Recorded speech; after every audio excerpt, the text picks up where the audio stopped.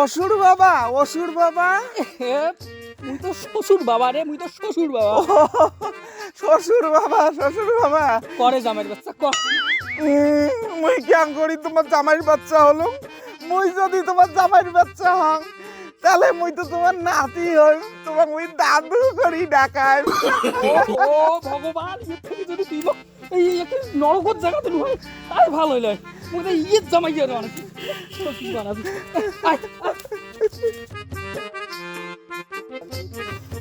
শ্বশুর বাবা, শ্বশুর বাবা। হ্যাঁ রে জামাইর বাচ্চা, কি করবো কত কম। মুই তোমার নামে একটা ঘটনা শুনলুম। হ্যাঁ, কিসের ঘটনা কি শুনলি? মানে এই ঘটনা হল ওই যে বাংলাদেশের গণভবন থাকি যে পায়খানার প্যান্টটা ছিনতেই হয়েছে, ওইটা বলে তোমরা মাগনা ধরে কিনে দিছেন।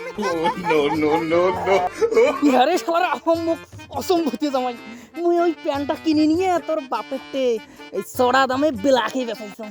তোমরা এটা ঠিক করেন নাই অসুর বাবা, তোমার না বুদ্ধি কম। আচ্ছা হ্যাঁ, মোর ছোট ভাইদের সাথে তোমার যদি ছোট বেটিটার বিয়েও দিলে নয়, ডিমিয়ান হিসেবে তোমরা ওই পায়খানার প্যান্টটা আমার গিফট করলে নাই, তোমারও ফায়দা আমারও পাইছি দিয়ে কিনা না খাইলে। ইয়ে, বড় বুদ্ধি দেতা হয়ে গেছি। তোর সাথে বেটিক বিয়ে দিয়ে করছং ভুল, দৌড়িয়ে দিছং বাসের কুল। আজকেও মোর ওখান কথা মনে পড়লে হিকি হিকি কান্দন মেরে আই তোর দিছি তুই কান্দন জানিস। মানে তোর ভাইয়ের সাথে বেটির মোর বিয়ে দিয়ে আমি আরো একটা ভাইরের জোটাং, মোর বেটির জীবনটা নষ্ট করে ফেলালু তুই। ফাও কথা কবেন না, এখন দিলুম বল তোমার বেটির জীবন মুই নষ্ট করছ, তোমার বেটির জন্য মুই প্রাণ দিবের বাং। একটা কাজের কথা কলি, মুই প্রাণ দিবের বাং, কিন্তু তোমার বেটির জন্য মুই জীবন দিবেন না। হাই ঈশ্বর, এটা জামাই নেই, এটা জারু। এটা কত কোন কোম্পানির ডাকালি দিয়ে ডাকালি তোর মাথার বেয়ারিং দিয়ে ঠিক হবে? মোর মাথার বেয়ারিং ঠিকই আছে, খালি মাঝে মাঝে তারগুলো একটা লুজ কানেকশন মারে। লাঠিতে কোটে গেলতে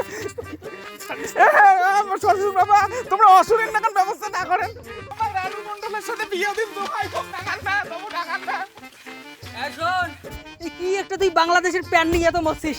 শোন, আমার ইন্ডিয়ার লোক না অত ওই প্যান্ট ট্যান্ট নিয়ে ওই অত পাগলা নয়, বুঝছিস? আমার ইন্ডিয়ার লোক দেশের সম্পদটা ভালো করে বোঝে, দেশের সম্পদটা করি নষ্ট না করে দাঁড়ুবে জামাই তোমার মতো করিয়ে। তোর ধর এত বাংলাদেশি দেশপ্রেমী, এখন তো আজকে ওই বাংলাদেশে দিয়ে পড়েন।